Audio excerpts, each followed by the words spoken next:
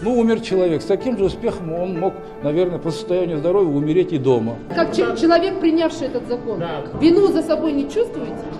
Я буду говорить так. Я вину за собой не чувствую.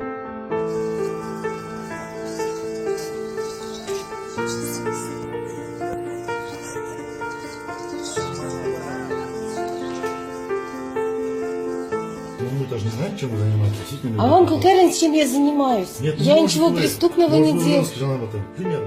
Слушайте, если бы я была в розыске, у вас были бы данные.